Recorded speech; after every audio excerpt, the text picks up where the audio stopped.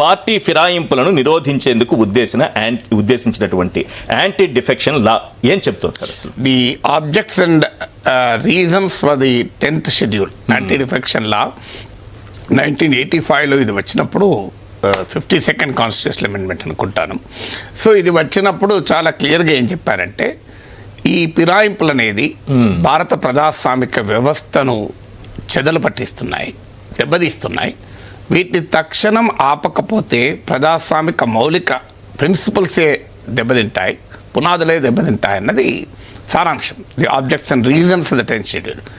ఇవాళ అన్ఫార్చునేట్లీ జరుగుతున్నది ఏంటంటే ఈ చట్టాన్ని పూర్తిగా దుర్వినియోగం, కూలంకుషంగా దుర్వినియోగం చేస్తున్నారు, ఇష్టం వచ్చినట్టు ఇంటర్ప్రిట్ చేశారు. దీనిపైన అనేక సుప్రీంకోర్టు జడ్జిమెంట్లు ఉన్నాయి. చాలా ఫేమస్ జడ్జిమెంటు కిహోటా హలహాన్ జడ్జిమెంట్, ఇది చాలా ఓల్డ్ జడ్జిమెంటు.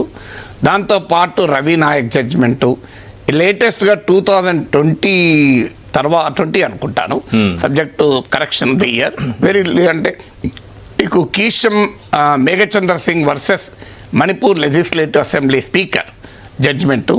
ఇలా అనేక జడ్జిమెంట్లలో పదే చెప్పిన అంశాల సమరీ నేను మీ ముందు పెడుతున్నాను. ఎందుకంటే ఒక్కొక్క దానికి ఒక్కొక్క పేరా కోట్ చేస్తానికి సమయం పర్మిట్ చేయదు కనుక. ఇక మీరు అడిగిన ప్రశ్న యాంటీ డిఫెక్షన్లా ఏం చెప్తుంది? చాలా సింపుల్గా చెప్తుంది. ఏంటంటే ఒక పార్టీలో ఎన్నికై మరో పార్టీకి చేరితే, పార్టీలో చేరినా లేదా ఒక ఇండిపెండెంట్ చేరినా, ఈవెన్ ఇండిపెండెంట్ కూడా వితిన్ 6 months కనుక చేరితే 6 month పీరియడ్ అని ఉంటుంది. సో ఇండిపెండెంట్ మనం ముఖ్యంగా ఇక్కడ. సో క్లియర్గా ఒక పార్టీ తరఫున గెలిచి మరో పార్టీలోకి వెళితే అతను తన సభ్యత్వాన్ని కోల్పోతాడు. ఏం చేస్తే కోల్పోతాడు? రెండు. ఒకటి, రిజైన్ చేస్తాను కూడా చెప్పలే. No need even for resignation. Voluntarily giving up the membership of the party.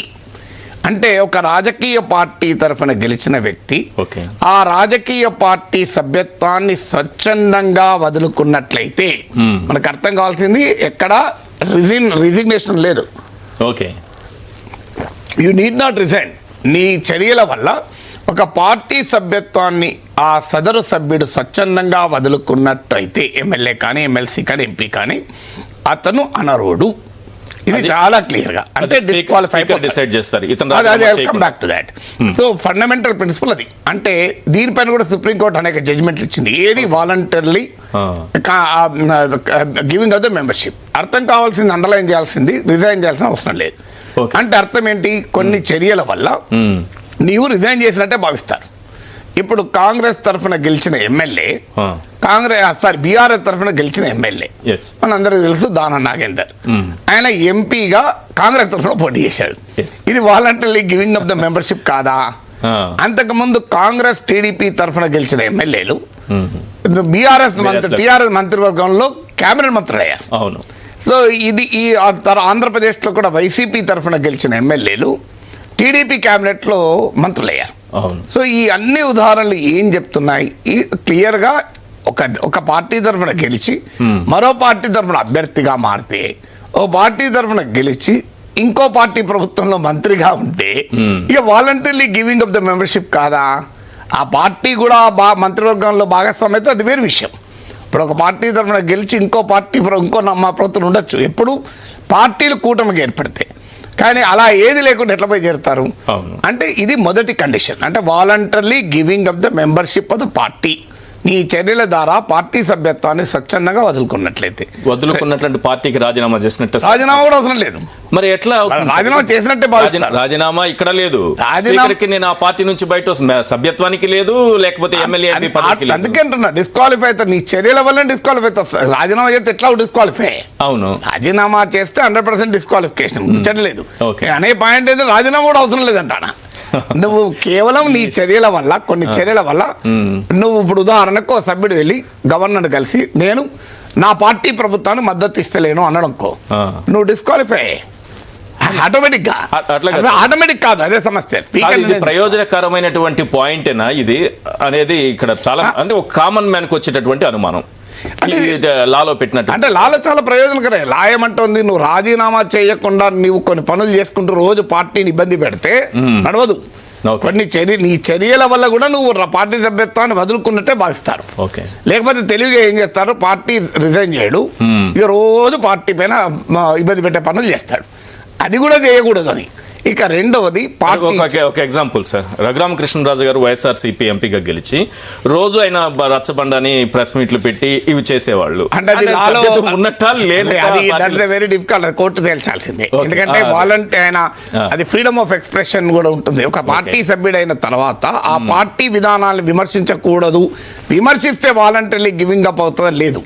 So అక్కడ కాన్స్టిట్యూషనల్ గా టెక్నికాలిటీ ఉన్నమాట నిజం.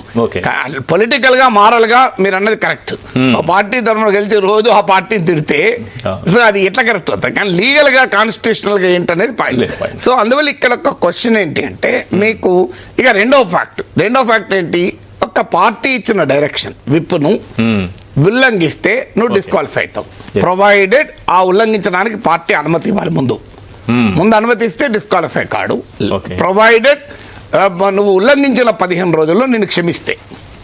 అంటే పార్టీ ఒకవేళ పార్టీ క్షమించు, ఒక ఓటింగ్ ఏదో జరుగుతుంది, ఓటింగ్ మనం దీనికి వేయాలి అని చెప్పినప్పుడు వేయకపోయినా, వేయొద్దని చెప్పినప్పుడు వేసినా, ఈవెన్ అబ్స్టైన్ అయినా, అంటే నువ్వు ఓటింగ్ కు రాకుండా ఉన్నా, ప్రొవైడెడ్ పార్టీ అనుమతిస్తే లేదా పార్టీ కండోన్ చేస్తే. ఇప్పుడు ఆరోగ్యం బాగా రాడు, సో అప్పుడు పార్టీ కండోన్ చేస్తుంది, క్షమిస్తుంది కదా. సో అందువల్ల ఇంత క్లియర్ గా ఈ రెండు ప్రిన్సిపల్స్ క్లియర్ గా. ఇక పంచాయతీ ఏంటి, నెక్స్ట్ మీ 10 ప్రశ్నలు వచ్చే పంచాయతీ ఏంటంటే, దీన్ని స్పీకర్ నిర్ణయిస్తారా, స్పీకర్ కి ఎంత అధికారాలు ఉన్నాయి, కోర్టులు ఏం చేయగలుగుతాయి, ఇవన్నీ నెక్స్ట్ క్వశ్చన్. అందువల్ల ఇమీడియట్ గా అయితే రెండు, ఒకటి voluntarily giving up the membership the house, రెండు డైరెక్షన్ ఉల్లంఘించడం. ఇంతకు మించి ఇంత క్లారిటీగా యాంటీ డిఫెక్షన్ లా ఉంటే ఇక ఈ కన్ఫ్యూజన్ ఎక్కడ. ఇప్పుడు మన వాళ్ళు ఎమ్మెల్యేలు, ఎమ్మెల్సీలు, ఎంపీలు చేస్తున్నది క్లియర్ గా డిస్క్వాలిఫై కావాల్సిందే కదా. సరే, చట్టం అయితే క్లియర్ గానే ఉంది, మీరు చెప్పిన దాన్ని బట్టి పాయింట్ చాలా క్లియర్ గా అర్థం. నేను చెప్పింది కాదు, మీరు ఎక్కడన్నా చూడండి, ఇది నేను చెప్పాలి, కాన్స్టిట్యూషన్ లో చూడండి, చెప్తున్నా కదా. ఏ పార్టీ టికెట్ పై గెలిచారో ఆ పార్టీకి రాజీనామా చేయకుండా ఫిరాయిస్తే డిస్క్వాలిఫై అవుతారా? అదే అంటున్నా, రాజీనామా చేయాలని అవసరం లేదని. ఇంతకుముందు చెప్పింది కరెక్ట్ క్వశ్చన్. ఒకటి, రాజీనామా అని కండిషన్ పెడితే సభ్యుడు రాజీనామా చేయకుండా అన్ని పనులు చేస్తాడు. ఇక ఎన్ని ఇబ్బందులు పెట్టాలో ఇబ్బందులు పెడతాడు, విడాకులు ఇవ్వకుండా హింసించడం. సో ఇక్కడ రాజీనామా కూడా అవసరం లేదు. రాజీనామా అవసరం లేదు సార్, డిస్క్వాలిఫై అవుతారా లేదా డిస్క్వాలిఫై అవుతాడు. అదే కదా చెప్పింది మీకు, చట్టం చెప్పింది సార్, మన కంటికి కనిపిస్తున్న దాంట్లో డిస్క్వాలిఫై అవుతున్నారు. కావాలి, అవుతలేరు. ఎందుకు అవుతలేరు అంటే, మీరు అన్నది ఇంపార్టెంట్ పాయింట్ సార్. చట్టం ఇంత క్లియర్ గా చెప్తుంది, voluntarily giving up the membership the house. అంటే ఈవెన్ రిజిగ్నేషన్ లో అవసరం లేదు. నీవు చేసే కొన్ని పనుల వల్ల నువ్వు పార్టీ సభ్యత్వాన్ని వదులుకున్నట్టుగా భావిస్తారు. నువ్వు పార్టీకి రాజీనామా చేయాల్సిన అవసరం కూడా లేదు, నువ్వు భావిస్తారు ఆటోమేటిక్గా. సో అంటే మరి అయినా ఎందుకు అవుతుంది డిస్క్వాలిఫై? ఇందులో ఉన్న కొన్ని లూప్ హోల్స్. ఆ లూప్ హోల్స్ ఏంటంటే, ఒకటి, నిర్ణయం ఎవరు తీసుకోవాలి? స్పీకర్. స్పీకరు న్యూట్రల్ ఆఫీస్ అని రాజ్యాంగం భావించింది, కోర్టులు భావిస్తున్నాయి. అందుకే క్యోటో హలాన్ కేసులో ది మైనారిటీ జడ్జిమెంట్ లో జస్టిస్ వర్మ అనుకుంటాను, ఆయన క్లియర్ గా చెప్తాడు, స్పీకరు అవునన్నా కాదన్నా మెజారిటీ సభ్యుల మద్దతు ఉన్నవాడే స్పీకర్ అవుతాడు, మెజారిటీ సభ్యుల మద్దతు ఉన్నంత కాలమే స్పీకర్గా ఉంటాడు. అలాంటప్పుడు స్పీకర్ బయాస్ ఉండదని ఎలా అనుకోగలము? కరెక్ట్. స్పీకర్ తటస్థంగా ఉంటాడని ఎలా భావించగలము? కరెక్ట్ అని మైనార్టీ వర్డిక్ట్లో చెప్పారు. ఇది తర్వాత జడ్జిమెంట్లో కూడా దీన్ని ఉటంకించారు. ఈవెన్ నాకు గుర్తున్నంత వరకు కేశవ్ మేఘ Chandraraj Singh versus speaker of the Manipur legislative assembly కేసులో కూడా ఉదరించారు. పేరా 30 అండ్ పేరా 33 చదవండి, మీకు అందులో క్లియర్గా ఉంటుంది. సో ఆ రెండు పేరాలు చదివినా సరిపోతుంది, ఇక అందులో ఎంత క్లియర్గా ఉంటుందో. అందువల్ల స్పీకరు అనే వ్యక్తి నిర్ణయించాలి అనే డైమెన్షన్ ఉపయోగించుకొని ఏ భయాలనైతే సుప్రీంకోర్టులో మైనార్టీ జడ్జిమెంట్లో వ్యక్తం చేశారో క్యోటో హలాన్ కేసులో, క్యోటో కేసు అంటారు దాన్ని, ఆ కేసులో వ్యక్తం అదే జరుగుతుంది ఇవాళ. జరుగుతుంది ఏంటి? స్పీకరు ఎవరి పార్టీ? అధికార పార్టీ. సో స్పీకర్ దానిపైన నిర్ణయాలు తీసుకోడు. ఎందుకు మరి ఎంత నిర్ణయాలు ఇంకొక రాజ్యాంగంలో ఇంకో ప్రాబ్లం ఉంది. ఏంటంటే కాన్స్టిట్యూషనల్ ఆఫీసెస్ కాన్స్టిట్యూషనల్గానే ఉంటారు అని కోర్టులు నమ్ముతాయి. రాజ్యాంగం కూడా నమ్ముతాయి. అందుకే మీరు ఇప్పుడు గవర్నర్ దగ్గరికి ఒక ఫైల్ పోతుంది, బిల్లు. అవును. గవర్నర్ ఆ బిల్లు పైన ఎన్ని రోజులు సంతకం చేయాలి, 15 రోజులు చేయి, 12 రోజులు చేయి అని చెప్పదు. అవును. As early as soon as possible అని చెప్తుంది. వీలైనంత త్వరగా చేయండి. నా దృష్టిలో 50 ఏళ్ళు కూడా వీలైనంత త్వరగా కాదు అంటారు గవర్నర్. ఏం చేయాలి? సో ఒక గుడ్ ఇంటెన్షన్ తో పెట్టినటువంటి ఒక సూత్రం. ఇక్కడ ఇప్పుడు ఉదాహరణకు రాజ్యాంగం ఎంత క్లియర్ చెప్తోంది, speaker and the deputy speaker will be elected as early as soon as possible. అంటే కొత్త సభ ఏర్పడినా వీలైనంత త్వరగానే. మీకు లాస్ట్ 5 years లో డిప్యూటీ స్పీకర్ లేడు, ఎందుకంటే యాజ్ సూన్ యాజ్ పాసిబుల్ 5 ఏళ్ళు సరిపోలేదు. సో డిప్యూటీ స్పీకర్ లేడు. సో అలాగే స్పీకర్కి ఏమన్నారు, దీనిపైన ఎంత సమయంలో నిర్ణయం తీసుకోవాలని లేదు. తర్వాత మీకు మేఘచంద్ర సింగ్ కేసులో 3 నెలలు అని అన్నారో చెప్తాను సందర్భం వచ్చినప్పుడు. కానీ ఫండమెంటల్గా లాలో ఎక్కడా కూడా ఇంత టైంలో నిర్ణయం తీసుకోవాలి అని లేదు. సో అక్కడ నిర్ణయం అదొక లూప్ హోల్ ఉపయోగించుకుంటున్నారు. ఇంకో లూప్ హోల్ ఏంటంటే మెర్జర్ ప్రొవిజన్. అది మీరు మన ఇతర ప్రశ్నలు వచ్చినప్పుడు చెప్తాను నేను. సో మెర్జర్ ప్రొవిజన్ దాన్ని మిస్యూజ్ చేసుకుంటాం. అంతకుముందు స్ప్లిట్ ప్రొవిజన్ అనుకుంటుండే, అంటే 1/3 మెంబర్స్ ఒక పార్టీ నుంచి వెళ్ళిపోతే దాన్ని చీలికగా భావించి ఎగ్జంప్షన్ ఉండే. అది 2003లో వాజ్పేయి ప్రభుత్వ హయాంలోనే దాన్ని డ్రాప్ చేశారు. అది లేదు. సో ఇప్పుడు ఓన్లీ మెర్జర్ ఉంది. సో దీన్ని ఒకటి ఉపయోగించుకుంటున్నారు. ఇంకోటి ఏంటంటే కోర్టులు ఎప్పుడు అసలు కోర్టులు జోక్యం చేసుకోవచ్చా, ఎప్పుడు జోక్యం చేసుకోవాలి, ఎంత మేర జోక్యం చేసుకోవాలనే విషయంలో ఒక delicate balance between legislature and judiciary దీన్ని ఎక్స్ప్లెయిన్ చేస్తున్నారు. ఈ 3 కారణాల రీత్యా చట్టం ఇంత స్పష్టంగా ఉంది. మీరు అడిగారు చట్టం ఇంత స్పష్టంగా ఉందని, అయినా కూడా ఇది అమలు కాకపోవడానికి కారణం అది. రైట్. క్వశ్చన్ నెంబర్ 2 సార్, అసలు పార్టీ విలీనం కాకుండా ఒక మ్యాజిక్ నెంబర్తో కూడినటువంటి ఎమ్మెల్యేలతో లెజిస్లేచర్ పార్టీ విలీనం కావచ్చా? అనేక సందర్భాల్లో చూసాం మనం. ఇది చాలా ఇంపార్టెంట్ క్వశ్చన్. మీకు ఇది అంతటా జరుగుతుంది. ఈవెన్ ఇప్పుడు Telugu Desam legislature party, Congress legislature party BRS లో విలీనమైంది. 14లో జరిగింది, 18లో జరిగింది. రాజ్యసభలో తెలుగుదేశం రాజ్యసభ పక్షం బీజేపీలో విలీనమైంది. అవును. ఇప్పుడు కాంగ్రెస్ లెజిస్లేచర్ కాంగ్రెస్ పార్టీలో అతి త్వరలో బీఆర్ఎస్ శాసనసభ పక్షం, శాసన మండలి పక్షం విలీనాలకు సిద్ధమవుతున్నాయి. సో మీరు 3వ ప్రశ్నలు చెప్పారు, ఒక్కొక్క పువ్వు వేసి చందమామ అని. సో ఆ పూలు మొత్తం కాలే. క్వశ్చన్ చెప్తాను. ఒక్కొక్క పువ్వు వేసి చందమామలో పాట బతుకమ్మ పూర్తి కాలే. ఇంకా పూర్తి అయినాక డెఫినెట్ గా అదే జరుగుతుంది. దాని గురించి మాట్లాడదాం. ఈ విలీనం అనే ప్రొవిజన్ ఏంటి? విలీనం అనే ప్రొవిజన్ మీరు లోక్సభ డాక్యుమెంట్స్ లో యాంటీ డిఫెక్షన్ లా చదవండి, క్లియర్గా ఉంటుంది. లోక్సభ మీరు గూగుల్లో కొట్టండి anti defection law Lok Sabha docs అని మీకు వస్తుంది. సో అందులో ఏంటి, ఒక ఒరిజినల్ పార్టీ గనక ఒక మెంబర్ ఇంకో పార్టీలో విలీనమైతే అవును ఎగ్జంప్షన్ క్లాస్ అది నాట్ ది సబ్స్టాన్షియల్ క్లాస్ కాదు. అది విలీనం అనేది ఎగ్జంప్షన్ క్లాస్. అంటే ఏ పరిస్థితుల్లో యాంటీ డిఫెక్షన్ లా అట్రాక్ట్ కాదు అని ఒక ఎగ్జంప్షన్ ఏమిచ్చారు. ఇప్పుడు ఉదాహరణకు ఒక పార్టీ మరో పార్టీలో విలీనం అవుతుంది. ఒక్క సభ్యుడు నేను విలీనం కానంటాడు, డిస్క్వాలిఫై అవుతాడు. మన ఆయన పార్టీలో ఆయన పార్టీ విలీనమైంది కానీ ఈయన పార్టీ ఆ పార్టీలో కొత్త పార్టీలో చేరనంటాడు. ఇదే ప్రశ్న శోభా నాగిరెడ్డి గారికి వచ్చింది. సో మా ఇంటికి వచ్చాడు. అప్పుడు అయితే సార్ ప్రజారాజ్యం మా పార్టీ విలీనం అవుతుంది కాంగ్రెస్ లో, నేను చేరదలుచుకోలేదు కానీ మా పార్టీ ఉండదు. పార్టీ కాంగ్రెస్ లో విలీనమైన ప్రజారాజ్యం ఉండదు కదా. మరి నేను పార్టీ నిర్ణయాన్ని ధిక్కరించి విలీనానికి అంగీకరించకపోతే నేను డిస్క్వాలిఫై అవుతానా? మీరైతే చెప్తారా? నా దగ్గరికి వచ్చారా? మా ఇంటికి వచ్చినప్పుడు నేను క్లియర్గా చెప్పాను, అమ్మా మీరు కారు, ఎందుకంటే రాజ్యాంగం క్లియర్గా చెప్తుంది మీకు ప్రొటెక్షన్. మీరు ఒక్కరు ఒప్పుకోకపోయినా మీకు మీ సభ్యత్వం పోదు. ఏం చెప్తోంది రాజ్యాంగంలో?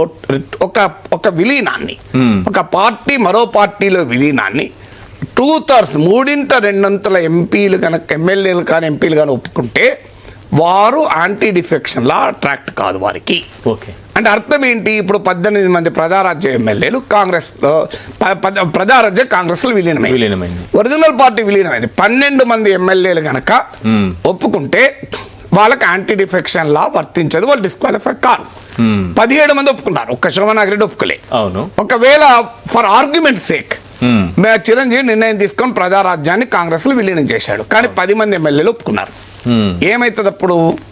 ఆ ఎగ్జంప్షన్ కొరకు వాళ్ళకి యాంటీ డిఫెక్షన్ లా వర్తిస్తుందా లేదా తేలటానికి మెర్జర్ క్లాస్ వచ్చింది.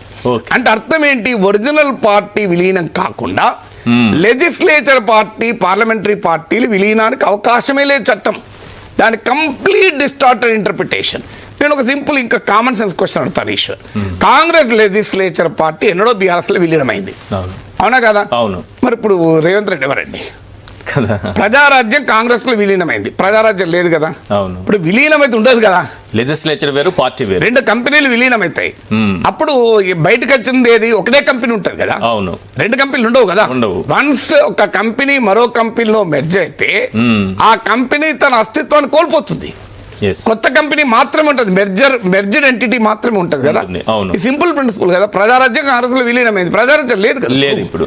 కానీ కాంగ్రెస్ లెజిస్లేచర్ పార్టీ Yes. విలీనమైన కాంగ్రెస్ పార్టీ ఎట్లుంది? అసలు మళ్ళీ కాంగ్రెస్ లెజిస్లేచర్ పార్టీ కూడా ఉంది కదా. ఇప్పుడు రేవంత్ రెడ్డి ఎవరు? సిఎల్పి నేతనే CLP నేత కదా. సిఎల్పి లేదు కదా, విలీనం అయిపోయింది కదా.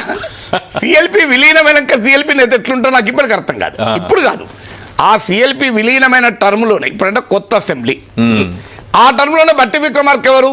సిఎల్పి నేత కదా. CLP నేత బిజినెస్ అడ్వైజరీ కమిటీకి అన్న సిఎల్పి నేతగానే పిలిచారు కదా. అవును మరి సిఎల్పి విలీనమైనాక ఇంకో సిఎల్పి ఎట్లుంటది? అంటే మన పురాణాల్లో ఉంటాం, దేవుడి అంశ ఓకే. అంటే ఆ నరకంలో యముడు ఉంటాడు, యముడు అంశతో ఇక్కడ ఒకరు ఇక్కడ ఒకరు ఉంటారు. ఉంటారు. విష్ణుమూర్తి వైకుంఠం నుండి ఇక్కడ అంశతో ఉంటారు, శివుడు కైలాసంలో ఉంటారు, అంశతో ఉంటారు. ఇట్లా అంశాలతో ఉంటారా? రైట్. సో ఇక్కడ విచిత్రమైనటువంటి రాజకీయ పరిస్థితి. అది అవును. పార్టీ విలీనం కాకుండా లెజిస్లేచర్ పార్టీ విలీనం ఎలా అవుతుంది? నాకు మీరు యాంటీ డిఫెక్షన్ లా క్లియర్ గా చదవండి. ఒరిజినల్ పార్టీ అని ఉంటుంది, Yes. తర్వాత రాజకీయ పార్టీకి గుర్తింపు ఉంటుంది రిప్రజెంటేషన్ ఆఫ్ పీపుల్స్ యాక్ట్ ప్రకారం. లెజిస్లేచర్ పార్టీకి ఏ గుర్తింపు ఉండదు, అది only for with in the house. Legislature party అస్తిత్వం అనేది సభలో మాత్రమే. మీకు ఉదాహరణ చెప్తాను. లెజిస్లేచర్ పార్టీ ఎవరు బీ ఫార్ములు ఇస్తారు?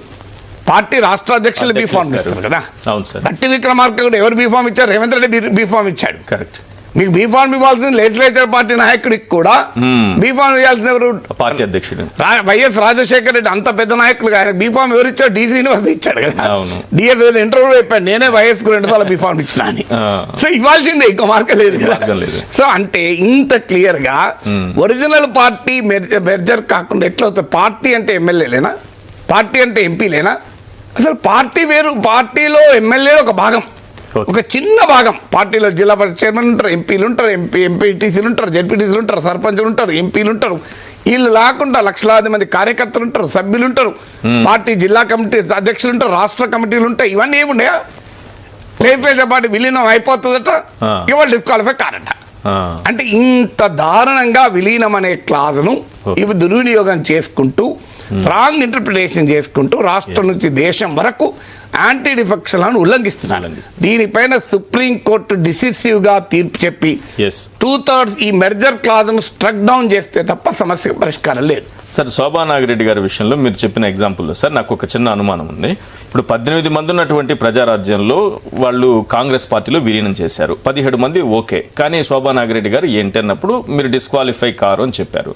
కానీ ఏ పార్టీ ఎమ్మెల్యేగా ఉంటారు ఆవిడ? ఇప్పుడు ఆమె Praja Rajyam purpose of the assembly, అప్పటి వరకు ఆ పార్టీ ఎమ్మెల్యే ఉంటారు. అదే పార్టీ ఉంటారు. ఇప్పుడు తలసాని శ్రీనివాస్ యాదవ్ కేసీఆర్ క్యాబినెట్ లో ఉన్నాడు, ఆయన ఏ పార్టీ ఎమ్మెల్యే? అప్పుడు తెలుగుదేశం ఎమ్మెల్యేనే. మీరు రికార్డు చూడండి, అసెంబ్లీ రికార్డులు. తెలుగుదేశం ఎమ్మెల్యేగానే ఉన్నారు. సవితానంద రెడ్డి కేసీఆర్ మంత్రివర్గంలో మంత్రి, ఏ పార్టీ ఎమ్మెల్యే? మీరు లిస్టులు చూడండి. Savitananda Reddy Congress MLA for the purpose of legislative records. Disqualify అయినా కావాలి, రిజైన్ అని చేయాలి, ఎక్స్పెల్ అని చేయాలి, ఈ 3 కాలే కదా. ఆమె ఎప్పటిదాకా ఆ పార్టీ మెంబర్ ఉంటారో ఆమె డిస్క్వాలిఫై చేయాలి. కాలే, ఆమె ఎక్స్పెల్ కాలే. 5 ఏళ్ళు పూర్తయిన తర్వాత వేరే మళ్ళీ టర్మ్ అయిపోతుంది, మళ్ళీ ఎలక్షన్ల పోటీ చేస్తారు, మళ్ళీ వెళ్తుంది. That is different case. So అందువల్ల చాలా క్లియర్ గా యాంటీ డిఫెక్షన్ లాలోని మెర్జర్ క్లాజ్ ఇవాళ సర్వ సమస్యలకు మూలం. ఇవాళ ఇంత బ్లేటెంట్ గా రాజ్యాంగ ఉల్లంఘన జరుగుతుందంటే ఈ simple reading of anti defection law చెప్తుంది. ఒరిజినల్ పార్టీ మీ లోక్సభ డాక్యుమెంట్స్ లో చూడండి, ఒరిజినల్ పార్టీ పదం ఉంటుంది, క్లియర్ గా ఉంటుంది, this is an exemption clause అని. సో ఇది నాట్ ఎ బేసిక్ క్లాజ్ కాదు, అది ఎగ్జంప్షన్.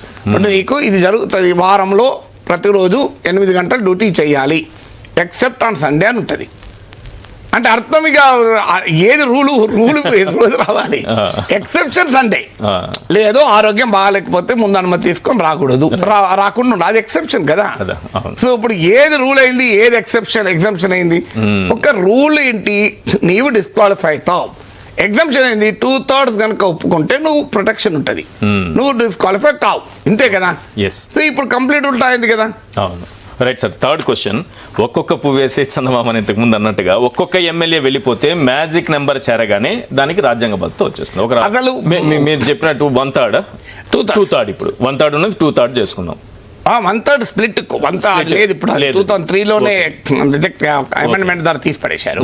2/3 ఇప్పుడు అసలు మొదలు 2/3 పువ్వులకు కూడా బతుకమ్మ పూర్తి కాదు. నేను ఇంతకుముందు చెప్పింది అది. ఎట్లా సార్? మూడింట అసలు విలీనం అనే క్లాజే మీనింగ్లెస్. నేను ఎంతమంది చెప్పేది అదే కదా.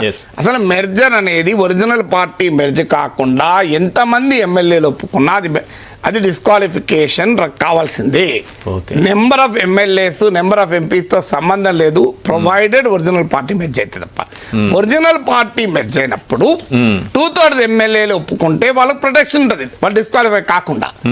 కానీ అసలు ఒరిజినల్ పార్టీ మెర్జర్ కాకముందు ఇది వర్తించింది. ఇప్పుడు అదే రాజ్యాంగ విరుద్ధం అంటే ఇక అంతకన్నా రాజ్యాంగం అతనికన్నా గరుడు ఆచండ మల్లన్న అన్నట్లు ఒక్కొక్క పువ్వు వేసి చెందమాట ఒక్కొక్క ఎమ్మెల్యే పోతాడు. ఇప్పుడు 6 7 కాంగ్రెస్ లోకి బీఆర్ఎస్ ఎమ్మెల్యేలు, వీళ్ళు 26 చేరుతారు. 2/3 వెంటనే ఆ 26 మందికి నాయకుడు కూడా రిప్రజెంటేషన్ ఇస్తాడు స్పీకర్ కు. మేము మా శాసనసభ పక్షం బీఆర్ఎస్ విలీనం కావాలని నిర్ణయించుకున్నది కాంగ్రెస్ పార్టీలో అంటే స్పీకర్ వెంటనే Mudra గుద్దుతాడు. Yes merger formality completed, నీకు యాంటీ డిఫెక్షన్ లో వర్తించదని. అయ్యేవాళ్ళు 26 మంది అయ్యేదాకా యాంటీ డిఫెక్షన్ లో వర్తించారు. ఇప్పుడు ఇంకొక ఎగ్జాంపుల్ చెప్పండి సార్. శివసేన చీలిపోయి వాళ్ళు బీజేపీతో కలిసి అక్కడ అధికారంలోకి వచ్చారు. ఎన్సీపీ కూడా అజిత్ పవార్ తీసుకెళ్లి 8 మందితో ఎంతమందినో తీసుకెళ్లి కొంతమందిని తీసుకెళ్లి 40 మంది ఉన్నారన్నారు, కొంతమందిని తీసుకెళ్లి ఆయన కూడా మంత్రివర్గంలో చేరిపోయాడు. ఇది ఎట్లా పార్టీ అధ్యక్షులు వేరు కదా, అది కూడా అన్యాయమే. ఇప్పుడు అసలు ఫస్ట్ ఆఫ్ ఆల్ అక్కడే అసలు వాళ్ళు ఏది రియల్ సేన ఏది ఎన్సీపీ అనే గుర్తింపులోనే ఫ్లా ఉంది. ఇప్పుడు ప్రజలు ఏం నిర్ణయించారు? ప్రజలు ఉద్ధవ్ ఠాక్రే శివసేన నిజమైన శివసేన అని, శరద్ పవార్ది నిజమైన ఎన్సీపీ అన్నారు కదా. అసలు అది స్ప్లిట్ కూడా అవకాశమే లేదు. There no concept of split in the anti defection law. అది 2003 అమెండ్మెంట్ తోనే క్లోజ్ అయింది. ఇక అది కూడా ఇది 2/3 వాళ్ళు చేరిపోయారు కదా, మేము మెర్జ్ అయిపోయినామంటున్నారు. సో అక్కడ ఇంకో ఇంట్రెస్టింగ్ మెర్జ్ ఎట్లా అవుతారు? ఆడ ఇప్పుడు శివసేన ఏక్నాథ్ షిందే వర్గం రియల్ శివసేన అని తీర్పు చెప్పారు. అది బీజేపీలో మెర్జ్ కాలేదు. మరి వాళ్ళు కలిసి ప్రభుత్వాన్ని ఏర్పాటు చేసుకున్నారు. మరి ఎట్లా ఇప్పుడు యాంటీ డిఫెక్షన్ ఎక్కడ ఉన్నట్టు వీళ్ళకి వర్తించాలి, వాళ్ళకు ఎవరికో వర్తించాలి కదా. మీకు ఏక్నాథ్ షిందే వర్గము రియల్ శివసేన అయినప్పుడు ఒరిజినల్ రియల్ శివసేన కానీ ఉద్ధవ్ శివసేన ప్రభుత్వానికి ఏం కావాలి? వాళ్ళు పార్టీ డిస్క్వాలిఫై అవుతారా కాదా? That is the very biggest problem. ఇప్పుడు ఎన్సీపీలో కూడా అంతే, ఎవరికి వర్తించదు anti defection. Okay right. 5th question sir. Party ఫిరాయించిన వ్యతిరేక కార్యకలాపాలకు పాల్పడినటువంటి వారిపై అనర్హత వేటు విషయంలో స్పీకర్ ఎంత సమయమైనా తీసుకోవచ్చా? అంటే ఇక్కడ మీకు సాధారణంగా మనకి ఇది అర్థం కావాలంటే లెజిస్లేటివ్ జ్యుడిషియరీ మధ్య సెపరేషన్ ఆఫ్ పవర్స్ అంటారు. ఇది భారత రాజ్యాంగ మౌలిక స్వరూపంలో భాగం. అధికారాల విభజన according to the Kesavananda Bharati case తీర్పు ప్రకారం ఆ సెపరేషన్ ఆఫ్ పవర్స్ బేసిక్ స్ట్రక్చర్లో భాగం. బేసిక్ స్ట్రక్చర్ అమెండ్ చేసే అధికారం పార్లమెంట్ కూడా లేదు. అందువల్ల సాధారణంగా లెజిస్లేటివ్ ప్రొసీడింగ్స్లో కోర్టులు జోక్యం చేసుకోవు. లెజిస్లేటివ్ ప్రొసీజర్ ఏం చెప్తోంది? స్పీకర్ 6 మీకు rule 6 of the anti defection law speaker కు అబ్సల్యూట్ పవర్స్ ఇస్తుంది. సో క్యోటో కేసులో సుప్రీంకోర్టు చెప్పింది స్పీకర్ డిసిషన్ ఇస్ ఫైనల్. ఫైనాలిటీని కూడా స్పీకర్కి ఇచ్చారు. సో తర్వాత అనేక జడ్జిమెంట్లో సుప్రీంకోర్టు ఏం చెప్పిందంటే ఎస్ ఈవెన్ క్యోటో కేసులో కూడా జ్యుడిషియల్ రివ్యూకు స్కోప్ ఉంది, కానీ స్పీకర్ నిర్ణయం తీసుకునేంత వరకు కోర్టులు ఇన్వాల్వ్ కావు. ఎందుకంటే రాజ్యాంగంలో ఉన్న డెలికేట్ బ్యాలెన్స్ అది. దీనిపైన అనేక రకాల తీర్పులు వచ్చాయి. ఎందుకంటే నార్మల్గా సబ్స్టాన్షియల్ కేస్ ఆఫ్ ఇర్రెగ్యులారిటీ ఉన్న లెజిస్లేటివ్ ప్రొసీడింగ్స్లో కోర్టులు ఇన్వాల్వ్ కావు, కానీ సబ్స్టాన్షియల్ కేస్ ఆఫ్ ఇల్లీగాలిటీ ఉంటే కోర్టు ఇన్వాల్వ్ కావచ్చు. అందువల్ల ఇల్లీగాలిటీ ఉన్నదా ఇర్రెగ్యులారిటీ ఉందా అని దీనిపైన ఈ యాంటీ డిఫెక్షన్ లా రూల్స్ కూడా ప్రొసీజరల్ గనక ప్రొసీజరల్ ఇర్రెగ్యులారిటీ కిందనే భావించి జోక్యం చేసుకోవద్దు అని ఒక వాదన. లేదు జోక్యం చేసుకోవచ్చని అల్టిమేట్ గా ఇండియన్ జ్యూరిస్ప్రుడెన్స్ ఎస్టాబ్లిష్ చేసింది. భారత న్యాయ వ్యవస్థ తీర్పులు జ్యుడిషియల్ రివ్యూకు స్కోప్ ఉంది. ఎందుకు అంటే judicial review part of the basic structure of the constitution according to Kesavananda Bharati case. Kesavananda Bharati తీర్పు చారిత్రాత్మక తీర్పు. ఆ తీర్పే భారత రాజ్యాంగాన్ని కాపాడింది. అది ప్రతిసారి నేను మీ దగ్గర నుంచి వింటూనే ఉంటాను సార్. అది మీరు కేశవానంద తీసుకొచ్చిన అక్కడికి వస్తూ ఉంటుంది, అక్కడికే వస్తుంది. మీరు కేశవానంద భారతి తీర్పు ఏంటంటే ప్రియాంబుల్ ఆఫ్ ద కాన్స్టిట్యూషన్, దాన్ని మనం బేసిక్ స్ట్రక్చర్ అంటాం. రాజ్యాంగ మౌలిక స్వరూపాన్ని మార్చే అధికారం పార్లమెంటుకు కూడా లేదు. పార్లమెంటుకు రాజ్యాంగాన్ని సవరించే అధికారం ఉంది, కానీ ఫండమెంటల్ క్యారెక్టర్ను మార్చే అధికారం లేదు. ఇది కేశవానంద తీర్పు. ఆ ఫండమెంటల్ క్యారెక్టర్లో secularism, federalism, separation of powers, ఇవన్నీతో పాటు జ్యుడిషియల్ రివ్యూ కూడా, న్యాయ సమీక్ష కూడా ఇది బేసిక్ స్ట్రక్చర్లో భాగం. అందుకే నువ్వు జ్యుడిషియల్ రివ్యూ ఎలా కాదంటావు అనేది క్వశ్చన్. కానీ అక్కడ balance between the power of the judicial review at the basic structure of the constitution and legislative proceedings లో కోర్టులు సాధారణంగా జోక్యం చేసుకోవద్దు గనక బ్యాలెన్స్ చేస్తూ భారత న్యాయ తీర్పుల ఇండియన్ జ్యూరిస్ప్రుడెన్స్ చెప్పింది ఏంటంటే స్పీకర్ నిర్ణయం తీసుకునేదాకా కోర్టు దాని జోలికి పోదు. స్పీకర్ నిర్ణయం తీసుకున్న తర్వాత కోర్టులు దాన్ని ఎంటర్టైన్ చేస్తాయి. మరి స్పీకర్ నిర్ణయం ఎప్పటి వరకు తీసుకోవాలి? అన్ఫార్చునేట్లీ లాలో లేదు. మొదట్లో చెప్పాను కదా, యాజ్ సూన్ యాజ్ పాసిబుల్, ఇలా యాజ్ ఎర్లీ యాజ్ పాసిబుల్. ఎందుకు ఈ పని చేశారు అంటే భారతదేశ సుప్రీంకోర్టు తీర్పు చెప్పింది, రాజ్యాంగబద్ధమైన పదవుల్లో ఉన్నవారు రాజ్యాంగబద్ధంగానే వ్యవహరిస్తారని విశ్వసిస్తుంది భారత న్యాయ వ్యవస్థ. నమ్మకం మీద ఆధారపడి ట్రస్ట్ అంతే. సో దీనిపైన కూడా కోర్టు తీర్పు చెప్పింది. ఈ ట్రస్ట్ అనేది ఎప్పటిదాకా ఉండాలి? రాజ్యాంగబద్ధంగా వ్యవస్థలు విహరించినంత కాలమే ఈ ట్రస్ట్ ఉండాలి. అసలు ఆ వ్యవస్థలో ఉన్న వాళ్ళు రాజ్యాంగ విరుద్ధంగా వ్యవహరిస్తుంటే ట్రస్ట్ ఎక్కడ దీన్ని కూడా కోర్టు చెప్పింది కదా, సుప్రీంకోర్టు చెప్పింది. అందుకే తర్వాత ఇప్పుడు Keshav Meghachandra Singh versus speaker of the legislative Manipur, speaker of the Manipur legislative assembly, subject to very correction, చిన్న ఏమైనా ఉంటాయి పేర్లు అని. సో ఈ జడ్జిమెంట్ ప్రకారం చాలా క్లియర్, జస్ట్ 3-4 years క్రితం వచ్చిన జడ్జిమెంట్. ఈ జడ్జిమెంట్ పేరా 30, పేరా 33, మీరు ఆ 2 పేరాలు చదవండి. క్లియర్గా 2 పాయింట్ చెప్పింది కోర్టు. సుప్రీంకోర్టు చెప్పింది ఏంటంటే ఇది ఇనార్డినేట్గా ఉండటానికి వీల్లేదు. అంటే 3 నెలల సమయంలో రీజనబుల్ పీరియడ్లో దీన్ని పరిష్కరించాలి. ఈ స్పీకర్ తన ముందుకు వచ్చిన డిస్క్వాలిఫికేషన్ పిటిషన్ను 3 నెలల్లోగా నిర్ణయం తీసుకోవాలి. 3 నెలల్లోగా నిర్ణయం తీసుకున్న తర్వాత కోర్టులు మళ్ళీ ఇన్వాల్వ్ కావచ్చు. 3 నెలల పీరియడ్ ఎందుకు అంటున్నారంటే అది రీజనబుల్ పీరియడ్ కనుక. ఏదైనా ఎక్సెప్షనల్ సర్కమ్స్టెన్సెస్ ఉంటే తప్ప 3 నెలల్లో పూర్తి చేయాలి. ఇది నాట్ మోర్ దెన్ 3 months అని సుప్రీంకోర్టు చెప్పింది. అదే కోర్టు జడ్జిమెంట్ లో ఇంకో మాట కూడా చెప్పింది. అసలు ఈ జస్టిస్ వర్మ అంటే ది కిహోటో కేసులో మైనారిటీ జడ్జిమెంట్ లో ఏ భయాలైతే ఎక్స్ప్రెస్ చేశారో స్పీకర్ బయాస్తూ ఉంటాడని, అది నిజమవుతోంది గనక అనుభవంలో ఈ స్పీకర్ అనే వ్యవస్థకు దీన్ని అప్పచెప్పకూడదు. స్పీకర్లకు కాకుండా దీనికి ఒక ట్రిబ్యునల్, ఎందుకంటే యాంటీ డిఫెక్షన్ లా ప్రకారం speaker is a tribunal. So అందువల్లనే జ్యుడిషియల్ రివ్యూ ఉండాలని చెప్పింది court. Speaker is a tribunal గనక, సో ట్రిబ్యునల్ ఒకసారి తీర్పిచ్చాక ఎలాగైతే యాక్సెప్ట్ చేస్తామో, సో ఇక్కడ కూడా ఏంటంటే స్పీకర్ నిర్ణయాన్ని జ్యుడిషియల్ రివ్యూ ఉంటుంది. కానీ స్పీకర్ సరిగా వ్యవహరించడం లేదు గనక ఈ వ్యవస్థనే మార్చాలి అని సుప్రీంకోర్టు పేర్కొంది. అంటే ఏం మార్చాలి అన్నప్పుడు సుప్రీంకోర్టు చెప్పింది అంటే దీన్ని ఒక సుప్రీంకోర్టు రిటైర్డ్ జడ్జో, హైకోర్టు రిటైర్డ్ జడ్జో, లేదో మరొక యంత్రాంగాన్ని పెట్టాలి అన్నది. అది ఇంతవరకు యాంటీ డిఫెక్షన్ లాను పార్లమెంట్ అమెండ్ చేసి ఆ పని చేయలే. ఎందుకంటే బట్ సుప్రీంకోర్టు తీర్పు లా అవుతుంది, కానీ లాను సుప్రీంకోర్టు రచించదు. లా పార్లమెంట్ రచిస్తుంది, దాన్ని సుప్రీంకోర్టు వ్యాఖ్యానిస్తుంది, భాష్యం చెప్తుంది, అది చట్టం అవుతుంది. కానీ సుప్రీంకోర్టు సియోమటగా చట్టం చేయదు. అందువల్ల that is legislative powers are not under the court domain. అందువరకే సుప్రీంకోర్టు ఏమన్నది పార్లమెంట్ కోరింది, మీరు అమెండ్ చేసి ఈ సమస్యను పరిష్కరించండి అని. ఆ అమెండ్మెంట్ కాలే. అందువల్ల స్పీకర్ అయితే ఇక్కడ ఇవాళ పత్రికల్లో మీరు చూశారు సార్, ఇప్పుడు బీఆర్ఎస్ ఎమ్మెల్యేల డిస్క్వాలిఫికేషన్ లో కోర్టులో అదే జరిగింది వాదన. బీఆర్ఎస్ తరఫున లాయర్ ఏం వాదించాడంటే, ఇంకో ఈ మేఘచంద్ర సింగ్ కేసులో 3 నెలల్లో పరిష్కరించాలని ఉంది కదా, మరి స్పీకర్ నిర్ణయం తీసుకుంటలేడు కదా, కోర్టే జోక్యం చేసుకోవాలి అన్నారు. సో విచిత్రం ఏంటంటే ఈ మాట అన్నప్పుడు కాంగ్రెస్ ప్రభుత్వ తరఫున లాయర్ ఏమన్నాడంటే కిహోటో కేసులో స్పీకర్కు టైం పీరియడ్ లేదు, ఓకే. స్పీకర్ నిర్ణయం తీసుకునేదాకా కోర్టులు జోక్యం చేసుకోకూడదు వాదించారు. ఇంట్రెస్టింగ్ ప్యారలల్ చెప్తాను, ఇదే పరిస్థితి కేసీఆర్ ముఖ్యమంత్రిగా ఉన్నప్పుడు వచ్చింది. అవును, టీడీపీ ఎమ్మెల్యేలు బీఆర్ఎస్ లో చేరినప్పుడు ఎర్రవల్లి దయాకర్ కోర్టులో కేసేసాడు. అఫ్ కోర్స్ తర్వాత ఆయన కూడా చేరారు.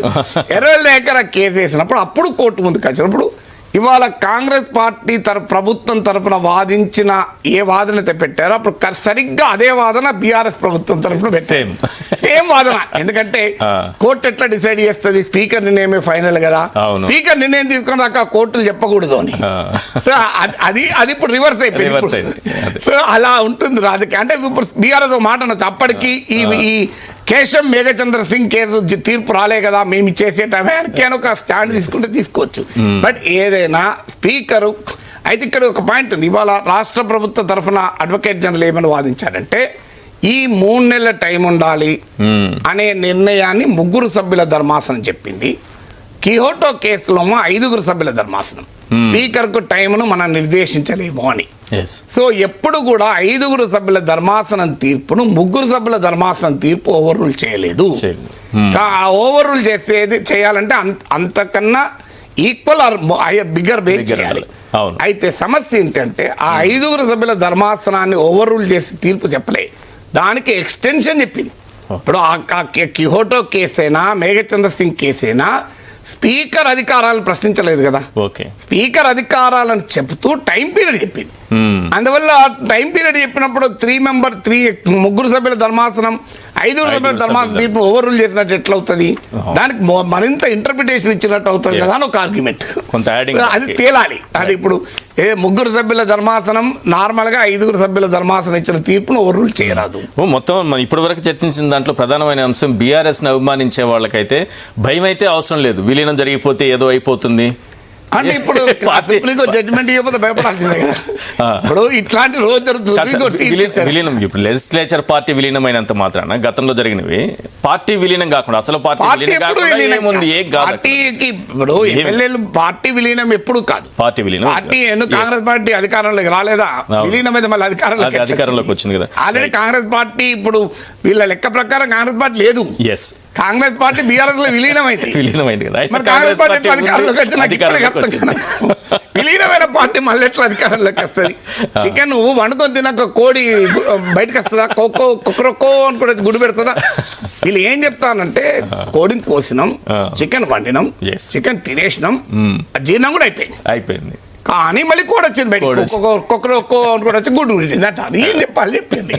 కాంగ్రెస్ పార్టీ బీఆర్ఎస్ లో విలీనం అయిపోయింది, అక్కడ క్లోజ్ అయిపోయింది. కాంగ్రెస్ పార్టీ లేదుగా, కాంగ్రెస్ పార్టీ లెజిస్లేటివ్ పార్టీ లేదు. కానీ మళ్ళీ కాంగ్రెస్ లెజిస్లేటివ్ పార్టీ పుట్టింది. దాన్ని అప్పుడు బట్టి విక్రమార్క ఎన్నుకున్నది, మళ్ళీ ఎన్నికలు జరిగినాయి, మళ్ళీ కాంగ్రెస్ లెజిస్లేటివ్ పార్టీ రివైవ్ అయింది. దానికి రేవంత్ రెడ్డి నాయకుడు గవర్నర్ ఆహ్వానించింది, గవర్నర్ దాన్ని యాక్సెప్ట్ ఆహ్వానించారు. నాకు అర్థం కాలేదు, కాంగ్రెస్ లెజిస్లేటివ్ పార్టీ లేనప్పుడు గవర్నర్ అడగాలి కదా. సిఎల్పి లేదు కదండి, ఎప్పుడో బీఆర్ఎస్ లో విలీనమైంది కదా. సిఎల్పి లేదు కదా, మరి మీరు ఎట్లా ఇప్పుడు సిఎల్పి ఒప్పుకుంటారని అడాలి కదా. ఇంత ఓపెన్ గా, అందుకే నేను ఎగ్జాంపుల్ కోసి చికెన్ వండి తిని జీర్ణమైనాక కూడా మళ్ళీ కుక్కరొక్కో అనుకోండి లేస్తోంది, గుడ్డు పెడుతోంది. ఇది బాగా అర్థమైపోయింది అందరికి. 6th వన్ సార్, ఫిరాయింపు నిరోధక చట్టం అనేది సరే ఉండాలి, ఈ విధంగా జరుగుతున్నాయి, ఇన్ని కేసులు చూస్తున్నాం. కానీ ఎమ్మెల్యేల ఎంపీల స్వేచ్ఛను అది హరిస్తోందా, రాజకీయ పార్టీలకు వాళ్ళను బానిసలుగా మారుస్తోందనేటటువంటి విమర్శలు కూడా కొన్ని వినిపించాయి.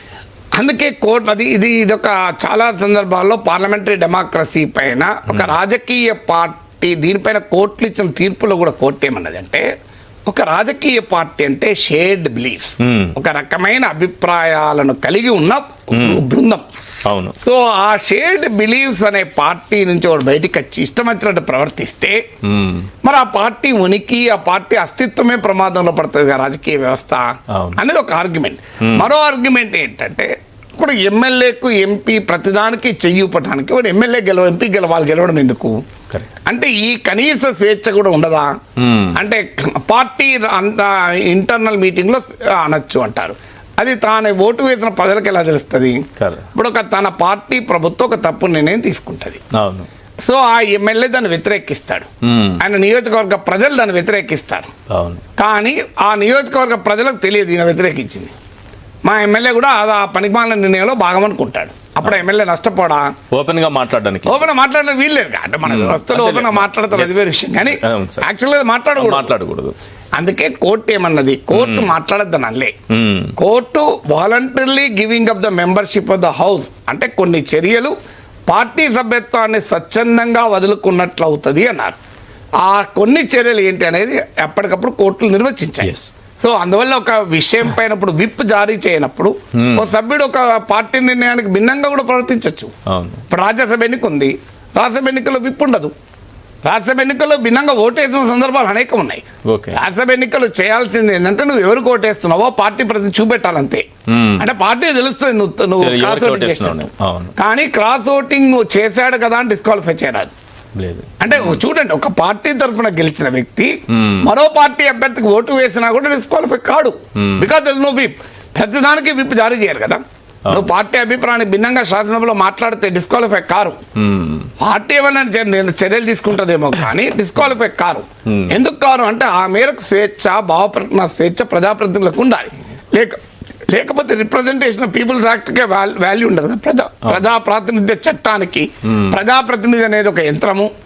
ప్రజాప్రతినిధి పార్టీ ఎలా సాఫ్ట్వేర్ ఉంటే అలాగే పనిచేయాలంటే కరెక్ట్ కాదు. కానీ అదే సమయంలో సుప్రీంకోర్టు తీర్పుల్లో చెప్పినట్టు ఒక రాజకీయ పార్టీ అనేది షేర్డ్ బిలీఫ్స్, ఆ షేర్డ్ బిలీఫ్స్కు భిన్నంగా ఆ పార్టీ ఉనికిని అస్తిత్వాన్ని ప్రమాదంలో పడేసేలా సభ్యుడు రోజు మాట్లాడితే అందువల్ల ఈ రెండింటి మధ్య బ్యాలెన్స్ ఉండాలి. ఎక్కడ వచ్చాడు మరి ఫిరాయించేసి ఇంత నిరోధక చట్టం ఉంది, ఇంత ఫిరాయించేసి మంత్రులుగా కూడా కంటిన్యూ అయిపోతున్నారు కదా. అదే కదా. అంటే నార్మల్ గా మంత్రి కావటానికి నీవు ఒక పార్టీ వాడివే కావాల్సిన అవసరం లేదు. ఓకే, అసలు పార్టీ సభ్యుడు కాకపోయినా మంత్రి కావచ్చు, ప్రొవైడెడ్ పార్టీ సభ్యుడే మంత్రి కావాలని ఎక్కడా రూల్ లేదు. సో మీకు పార్టీ సభ్యత్వం లేకపోయినా మంత్రులుగా ఉండవచ్చు. అప్పుడు కొన్ని నేషనల్ రీకన్సిలియేషన్ గవర్నమెంట్స్ అంటారు, అన్ని పార్టీలతో కూడిన ప్రతిపక్ష పార్టీలతో కూడిన ప్రభుత్వాలు కూడా ఏర్పడతాయి, అందరు కలిసి కూడా ప్రభుత్వం ఏర్పడతాయి. సో ఆ ప్రాబ్లం లేదు. ఎందుకంటే ప్రభుత్వం అనేది ఎగ్జిక్యూటివ్ అనేది చీఫ్ మినిస్టర్ ప్రెరగేటివ్, పార్టీ కూడా డిసైడ్ చేయదు. ఇతను పార్టీ ఫిరాయించారు, పార్టీ ఫిరాయించిన వ్యక్తి పైన ఆ పార్టీ స్పీకర్కి ఫిర్యాదు చేసింది. కానీ ఆయన అప్పటికే మంత్రిగా ఉన్నారు. స్పీకర్ ఎప్పటికైనా నిర్ణయం తీసుకోవచ్చు, ఆయనకైనా టైం బౌండ్ లేదు. అదే కదా సమస్య. ఇప్పుడు అక్కడే జరుగుతుంది. ఒకవేళ స్పీకర్ డిస్క్వాలిఫై చేస్తే మాత్రం అతను మంత్రిగా ఉండలేడు. స్పీకర్ గా డిస్క్వాలిఫై చేసిన తర్వాత అతని మిగతా టెన్యూర్, ఇప్పుడు 2 ఏళ్ల తర్వాత డిస్క్వాలిఫై అవుతాడు, మిగతా 3 ఏళ్ళు మంత్రిగా ఉండలేడు. అదే సమయంలో మళ్ళీ ఆ సీటు ఖాళీ అయితే డిస్క్వాలిఫై అయినప్పుడు సీటు ఖాళీ అవుతుంది కనుక మళ్ళీ పోటీ ఎన్నికై కావాలంటే మంత్రి కావచ్చు. కానీ డిస్క్వాలిఫికేషన్ అయ్యాక ఆ టెన్యూర్ వరకు మాత్రం అతను మంత్రిగా ఉండలేడు. సో అందువల్ల మంత్రి కావాలనుకుంటే పార్టీ సభ్యుడు కూడా అవసరం లేదు. మంత్రి కావాలంటే ఒకటే కండిషన్ ఏంటంటే నువ్వు ఏదో ఒక సభలో 6 నెలల లోపల సభ్యుడు కావాలి. ఇప్పుడు కూడా కావాల్సిన అవసరం లేదు. ఇప్పుడు నాగేశ్వర్ అయినా మంత్రి చేయొచ్చు. 6 months నేను ఏదో ఒక సభకు సభ్యుడిని కావాలి. సో లేకపోతే మంత్రిగా పోతాను. అందువల్ల సమస్య టెక్నికాలిటీ లేదు అక్కడ. కానీ ఫండమెంటల్ మళ్ళీ ఆ యాంగిల్ అంటే మంత్రి ఒక పార్టీ ప్రభుత్వంలో మరో పార్టీ వాడు మంత్రిగా ఉండవచ్చా అనేది ఒక క్వశ్చన్. ఆ క్వశ్చన్ లో నేను కొంత గ్రే ఏరియా ఉంది. కానీ ఒక పార్టీ తరఫున గెలిచిన వ్యక్తి మరో పార్టీకి ప్రభుత్వంలో భాగమైనప్పుడు మళ్ళీ voluntarily giving up the membership of the house వస్తుంది కదా. అంటే నువ్వు ఒక పార్టీలో ఉంటూ ఆ పార్టీ వ్యతిరేకించే ప్రభుత్వంలో ఎట్లుంటావు? పార్టీ అనుమతిస్తే ఉండొచ్చు. ఇప్పుడు పార్టీ అనుమతిస్తే డెఫినెట్ గా ఉండొచ్చు. అంటే పార్టీ అనుమతించినప్పుడు ఎలా ఉంటావు అనేది క్వశ్చన్ కదా. పార్టీ వ్యతిరేకించే ప్రభుత్వాన్ని నువ్వు భాగమైన అంటే voluntarily giving up the membership అయిపోతావు కదా. Right sir. 8th question sir. ఇంత బహిరంగంగా నేతల చట్టాన్ని ఉల్లంఘిస్తుంటే కోర్టులు ప్రేక్షక పాత్ర వహించడం తప్ప ఏమీ చేయలేవా? అందుకే సమస్య. ఇప్పుడు కోర్టులు ఒకటి, ఇప్పుడు ఇండియన్ జ్యూరిస్ప్రుడెన్స్ చూస్తే జ్యుడిషియల్ రివ్యూ ఉంటుంది. కోర్టులు మౌనంగా ఏమి ఉండాల్సిన అవసరం లేదు. కానీ స్పీకర్ నిర్ణయం తీసుకునేంత వరకు కోర్టులు వెయిట్ చేస్తాయి. స్పీకర్ నిర్ణయం తీసుకున్న తర్వాత కోర్టులు ఇంటర్ఫీన్ అవుతాయి. అందుకే ఒక కేసులో సుప్రీంకోర్టు ఏం చెప్పిందంటే వితిన్ 2 weeks నిర్ణయం తీసుకోమని చెప్పింది. ఒక కేసులో నేను చెప్పినప్పుడు కేసులో 3 నెలలు చెప్తే ఇంకో కేసులో 2 వీక్స్ అని చెప్పింది. ఓకే. ఎందుకు చెప్పిందంటే ఆ అసెంబ్లీ పదవీ కాలం ముగియబోతుంది. ఇప్పుడు అసెంబ్లీ పదవీ కాలం 3 నెలలు ఉంటుంది. నువ్వు 3 నెలల్లో నేను తీసుకొని నువ్వు లాభం లేదు కదా. ఇన్వాలిడ్ ఇన్ఫ్లక్షియస్ కాకూడదు సుప్రీంకోర్టు వాడ పదం. సో అది మొత్తం ఇన్ఫ్లక్షియస్ అవుతుంది కదా. అందుకే ఇంకో కేసు రాజేంద్ర సింగ్ రాణా కేసు అనుకుంటాను, టు బి సబ్జెక్ట్ కరెక్షన్. ఓ కేసులో సుప్రీంకోర్టు ఏమన్నది అంటే ఆ కేసు సైటేషన్ మనకి is an academic issue, common man కు ఆ సైటేషన్ కాదు ముఖ్యం, ఎసెన్స్ కావాలి. సుప్రీంకోర్టు ఏమన్నది అంటే ఒక యాంటీ డిఫెక్షన్ లా ప్రొవిజన్ అట్రాక్ట్ అయిన మెంబరు ఒక్కరోజు కూడా ఎమ్మెల్యేకి ఎంపీగా ఉండకూడదు. బికాజ్ ఈ డిస్క్వాలిఫైడ్ కదా. ఒక డిస్క్వాలిఫైడ్ అయిన వ్యక్తి నువ్వు ఏ రకంగా ఎమ్మెల్యే ఎంపీగా ఉంటావు? That is a clear violation of the anti defection లా కదా. భారత రాజ్యాంగం ఇది చట్టమే కాదు, 10th schedule of the constitution మనకు అర్థం కావాల్సింది. సో ఇంత ఓపెన్ గా రాజ్యాంగ ఉల్లంఘన చేసిన వ్యక్తి ఒక్కరోజు కూడా ఉండకూడదు అన్లెస్ రాజ్యాంగం ఉల్లంఘించలేదని ప్రూవ్ అవుతుంది తప్ప. సో అందువల్ల ఇక్కడ చాలా క్లియర్ గా కోర్టులు ఇన్వాల్వ్ కావచ్చు. అయితే స్పీకర్ నిర్ణయం తీసుకున్న తర్వాతనే రియాక్ట్ కావాలి. తాజాగా ఇచ్చినటువంటి తీర్పు కిహోటో తీర్పు తర్వాత మీకు క్లియర్ గా కోర్టు 3 నెలలని అన్నది. సో ఆ 3 నెలల్లో అనే దాన్ని మరి 5 సభ్యుల ధర్మాసనం టైం పీరియడ్ చెప్పలేదు కదా, స్పీకర్ ఇష్టం అన్నది కదా. మరి 3 సభ్యుల ధర్మాసనం ఏమంటది? ఇది కోర్టులో తేలాలి. ఎన్నడో రోజు సుప్రీంకోర్టు చెప్పాలి, అయ్యా స్పీకర్ అనే వ్యక్తికి పీరియడ్ ఉండాలి. ఒకవేళ 3 నెలల్లో 2 నెలల్లో 4 నెలల్లో చేయకపోతే ఆటోమేటిక్ గా కోర్టులు ఇన్వాల్వ్ కావచ్చు అని. ఇంకా ఆ judgement is awaited. Right sir. 9th question, MLA లేదా ఎంపీ పదవికి రాజీనామా చేసి పార్టీ ఫిరాయిస్తే ఒకవేళ చట్టం ఒప్పుకోవచ్చు, కానీ రాజకీయంగా ఇది సరైందేనా ప్రజలు ఎన్నుకున్న తర్వాత? ఇప్పుడు చాలా విచిత్రమైన ఆర్గ్యుమెంట్ ఏంటంటే ఎమ్మెల్యేగా రాజీనామా చేసి మళ్ళీ పోటీ చేస్తారండి. కరెక్టే, చట్టం ప్రకారం రాజీనామా చేసి మళ్ళీ పోటీ చేస్తే అబ్సల్యూట్లీ ఏ ప్రాబ్లం లేదు. కానీ పాలిటిక్స్ ఏంటి? నిజంగా నేను ఆ పార్టీ సిద్ధాంతాన్ని విభేజించి పార్టీతో సైద్ధాంతికంగా డిఫర్ అయి పార్టీ మారితే ఓకే. కానీ వెస్టెడ్ ఇంట్రెస్ట్ల కొరకు, వ్యక్తిగత ప్రయోజనాల కొరకు నిన్నటి దాకా ఓ పార్టీలో ఉంటావు, రేపు ఇంకో పార్టీలో ఉంటావు. పదవుల కొరకు పార్టీ మారడం రాజకీయంగా అనైతికం. చట్టం ఒప్పుకోవచ్చు, చట్టం ఒప్పుకున్న రాజకీయంగా అనైతికం కదా అది. Right. 10th question sir. 10th question 10th schedule గురించి ఏం చెప్తారు? అసలు ఫిరాయింపు చట్టంలో రావాల్సినటువంటి మార్పు ఏంటి? అర్జెంటుగా రావాల్సిన మార్పు మెర్జర్ క్లాజ్ తీసిపడేయాలి, లేదా మెర్జర్ కు క్లియర్ గా సుప్రీంకోర్టు స్పష్టం చేయాలి. Original party merge Gandhi, legislature party merger గుర్తింపు ఉండదు. ఇది రాంగ్ ఇంటర్ప్రిటేషన్, డిస్టార్ట్ ఇంటర్ప్రిటేషన్. అంటే మరి చట్టం అదే చెప్తుంది కదా, కావచ్చు, కానీ చట్టాన్ని తప్పుగా అన్వయించుతున్నప్పుడు దానిపైన స్పష్టత కూడా కోర్టు ఇవ్వాలి కదా. సో అందువల్ల ఒకటి ఒరిజినల్ పార్టీ మెర్జ్ కాకుండా లెజిస్లేచర్ పార్టీ మెర్జర్ ఉండదు. లెజిస్లేచర్ పార్టీ మెర్జరు అనే దానికి అర్థం లేదు. 2/3 అనే క్లాజ్ లేదు, లేదా స్ప్లిట్ ను తొలగించినట్టు మెర్జర్ కూడా తొలగించాలి. రెండవది స్పీకర్ నిర్ణయానికి టైం షెడ్యూల్ ఇవ్వాలి. ఇంతమంది మీకు మేఘ చంద్ర సింగ్ కేసులో చెప్పినట్లు 3 నెలలు లేదా రీజనబుల్ పీరియడ్ ఇవ్వాలి. అసలు మూడవది అదే జడ్జిమెంట్ లో పేరా 33లో చెప్పినట్లు అసలు స్పీకర్ చేతులు ఇది ఉండకూడదు. ఎందుకంటే నేను ఇంతకుముందు చెప్పినట్టు కిహోటో మైనారిటీ వర్డిక్ట్ లో ఏ భయాన్ని అయితే వ్యక్తం చేశారో, స్పీకర్ అనే వ్యక్తి మెజారిటీ సభ్యుల మద్దతు ఉన్నంత కాలమే స్పీకర్ గా ఉంటాడు గనక ఇన్హరెంట్ బయాస్ గ్యారెంటీగా ఉంటుంది. దాన్నే కాన్ఫ్లిక్ట్ ఆఫ్ ఇంట్రెస్ట్ అంటారు. ఇప్పుడు ఒక జడ్జు ఒక కంపెనీలో వాటాదారుడైనప్పుడు, లేదా కొడుకో బిడ్డో తన ఆ కంపెనీకి ఓనర్ అయినప్పుడు ఆ జడ్జిమెంట్ ఇవ్వడు. ఎందుకంటే that is called conflict of interest. ఇప్పుడు ఒక మంత్రికి నువ్వు ప్రశ్న అడుగుతావు, ఆ మంత్రికి ఆ ఇండస్ట్రీతో సంబంధం ఉందనుకో, ఆ మంత్రికి సమాధానం చెప్పకూడదు, ఎందుకంటే it comes under conflict of interest. So అలాంటప్పుడు ఇక్కడ స్పీకర్ కాన్ఫ్లిక్ట్ ఆఫ్ ఇంట్రెస్ట్ ఉంది కదా. మెజారిటీ సభ్యుల మద్దతు ఉన్నంత కాలమే స్పీకర్ తన పదవిలో ఉంటాడు. అలాంటప్పుడు మెజారిటీ సభ్యులు అంటే అధికార పార్టీ, సహజంగానే అధికార పార్టీకి అనుకూలంగా స్పీకర్ ఉంటాడు కదా. కాన్ఫ్లిక్ట్ ఆఫ్ ఇంట్రెస్ట్ మరి స్పీకర్ కు అబ్సల్యూట్ పవర్స్ ఎలా ఇస్తారు, ఫైనాలిటీ ఎలా ఇస్తారు? అందుకే దీన్ని స్పీకర్ నుంచి పక్కకు పెట్టి ఒక ఇండిపెండెంట్ వ్యవస్థకి ఇవ్వాలి. రైట్. Thank you sir.